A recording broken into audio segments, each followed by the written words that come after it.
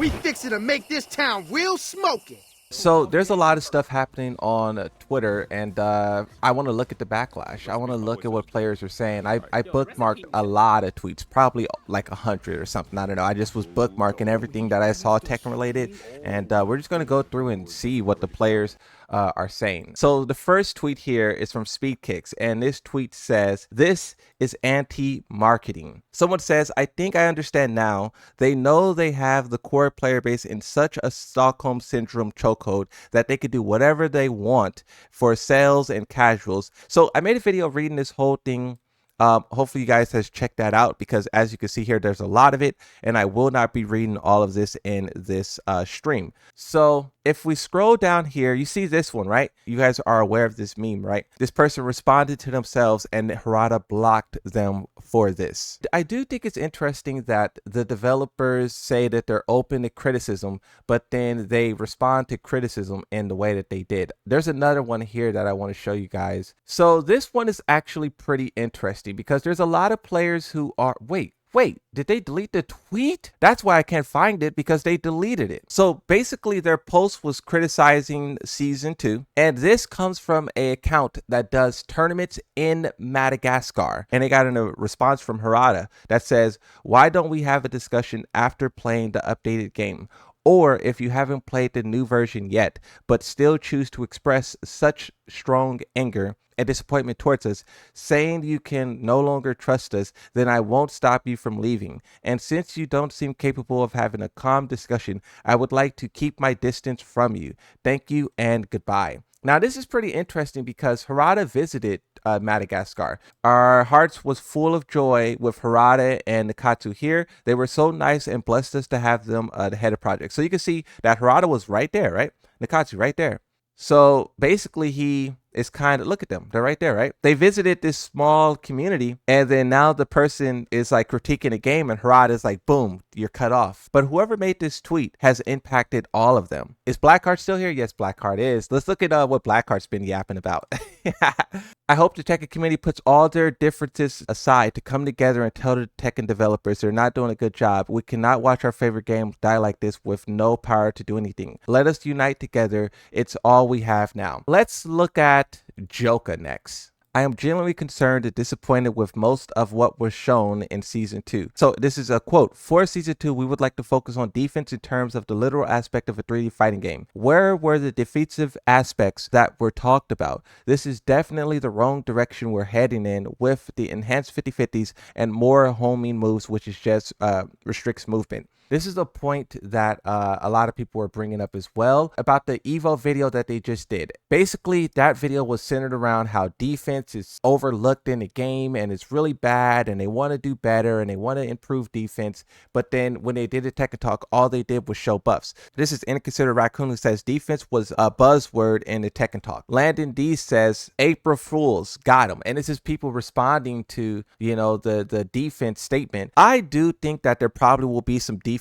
stuff in Season 2, but the fact that they didn't emphasize that more in the Tekken Talk, like, I could be wrong. Like I'm just saying, I think, you know, they should have showed us before we were going into the Tekken Talk. You know, I was saying that this should finally be the point where we can see what Season 2 has to offer. We can see and understand everything, and they didn't show us that. They didn't show us the defense. All they showed us was buffs, new moves, buffs, and changes that no one asked for, right? We're still sitting here wondering, where is the defense? And after a 2-hour and like 30-minute Tekken Talk, you should not be wondering and scratching your head talking about, can I play defense? FDX says, "We got to talk about why Tekken is intentionally making 13 frame high crushing heat smashes." He says, "Removing counter hits on key charge is super lame. A lot of creativity being removed." He also says, "I'm not sure if combos always autocorrect off axis, but off axis combos are really fun. If it auto correcting the initial launcher, that's one thing. But if it's always auto correcting, that's also lame. It's all bad because many characters have tech from angles. Auto align basically removes that tech. Not to mention it makes the game more brain dead." Speedkick says, "Still cannot have judgment until I see all the changes. but what they chose to show was not good. FDX says, I think the type of audience to watch live stream Tekken Talks would be more interested in seeing the defensive change. We were shown many beginner-friendly options, and I don't think beginners are likely to tune in to that kind of stream. What I will say to this as well is Harada has once told us before how sad he is and was that Tekken is no longer popular in Japan. This is something that he says he works very hard to change. We see how successful Street Fighter is because they're popular in Japan. Street Fighter consistently has more players than Tekken, but if you look at the times of day all of those players are online, it's the Japan time zone, right? So that kind of speaks to what Harada is trying to tap into. Now, with that being said, what I notice, and this is just my own observation, what I notice is that the developers consistently and constantly talked about Japan during the Tekken talk. Like, you know how they had that whole subsection conversation about the Japanese players talking about Akuma? That's my point, right? So I say all that to say, it seems like they're trying very hard to cater to the Japanese audience. And when you talk about the changes that are made to King, King is by far one of the most popular characters in the game, but I believe Harada also said that King is the most popular character in Japan. Who is the most popular Tekken character in Japan? Harada says in Japan, King, on average in the series. That's my point. I think they're catering to Japan, and that's why King is continuously buffed and made super powerful. I don't think that Tekken Talk was for the veterans. It was for Japan. They were also, if you notice as well, they were talking about how let's hurry up and speed through some of these things because our Japanese audience is on their lunch break. So they purposely scheduled this during the time when Japanese people were taking lunch. So Michael Murray, he really didn't say anything on this. He was being like absolutely quiet. But he did retweet this. And you know, whenever the developers retweet something, it's basically them like he's talking through the player. He retweets things that he wants to say himself, but he knows he will get backlash for doing so. I think there's one very important question after Tekken Talk.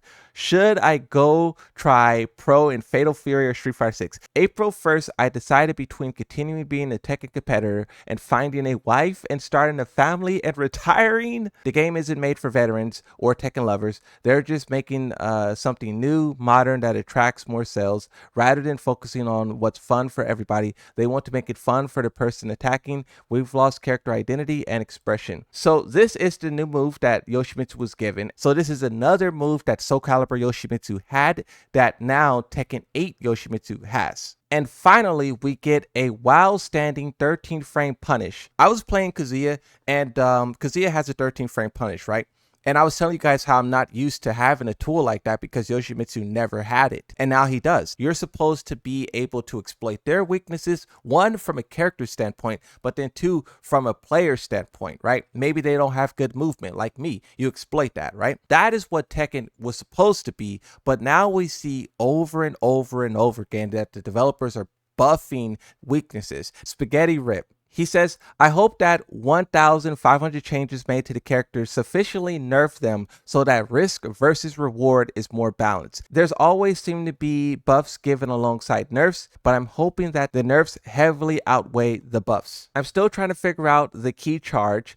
If a character had a really strong key charge setup and they wanted it gone, I feel nerfing the move itself was probably a better choice. It's a big system change, especially since key charge was actually rare and exciting to see in game. When you talk about Tekken being a spectator sport, whenever a hard-round player did a key charge, that was a moment of excitement. That was a moment of uniqueness. If they didn't like key charge setups, why didn't they attack the one move instead of the whole thing? This reminds me to what VDX was talking about how when Devil Jin had that move that broke the floor, why didn't they nerf that individual move in terms of damage or in terms of like combo routes or whatever, right? Why did they feel the need to change the way that the whole game operated because of one thing that Devil Jin players were doing? I definitely think we should wait for the patch notes before making sweeping judgments on the volatility state of the game. We need to see the changes in order to have a full picture. So Nee says, not all of the information came out, but season 2 looks even more chaotic after the Tekken Talk show.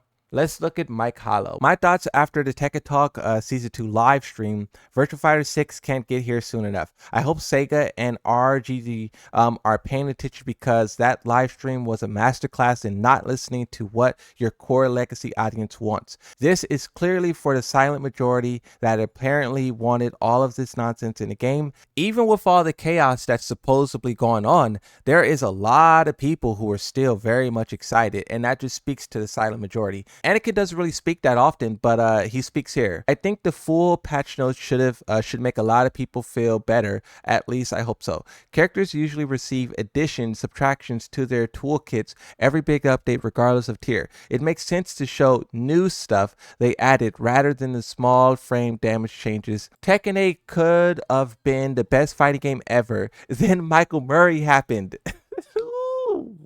That's rough. I wouldn't blame Murray. Yeah, I don't think blaming Michael Murray's right. Inconsiderate says, bro, it's not even Michael Murray at this point. It's whoever is doing character balance changes, because Murray and Harada told us they ain't even in charge of that. This tweet from Harada is pretty telling. He says, I've been transferring a lot of decision making and authority to the next generation over the past few years. He is talking about Nakatsu. In Tekken Tag Tournament 2, that was his first time working on Tekken, and you can see he was a game designer. He then stepped it up a little bit in Tekken 3D Prime Edition, where he was a producer design. When you talk about Tekken 7, he is now the game director, and this is when he earns the name Nakatsu. I wonder what that means in Japanese, because you know Nakatsu's not even his real name. Kohei Ikeda is his real name. He is game director, and then in Tekken 8, he's also game director. But over the course of the first year of Tekken 8, he goes from game director to chief producer. So he is moving up rapidly. And Harada and Michael Murray have said themselves that they basically just give feedback. They're advising on what he should and should not do. But really, it's Nakatsu's game. He designed the story. He's designing a lot of the balancing decisions. He's doing a lot of great things as well. A lot of the great things that Tekken 8 has received, you know, main menu updates, customization, whatever good things, he's also a part of that. But a lot of the bad things is also him as well. And you do have to say Michael Murray and Harada, but it's like, you know, we are literally seeing in real time the handing off of Tekken as a franchise. Harada received it from the guy who made Virtua Fighter, right? That was the transition between Tekken 2 and Tekken 3. But now, all these years later, we're seeing Harada hand over Tekken to the next generation, Nakatsu being that. But also, I think it's interesting how Harada is trying to create this narrative where he is saying, right here, so by doing so, I'm steadily and intentionally labeling myself as an old relic or stuck in the mud and taking my age into consideration. I'm actually accelerating the day I'll be pushed out by everyone. So Harada is a very smart person, very strategic. He is taking the blame for all of the things that go wrong with Tekken 8, and he is passing the things that go right, the celebrations, to Nakatsu. So once he does retire, which he said that he wants to retire by the end of Tekken 9, him and Michael Murray, all of the things that would have went wrong would leave with him.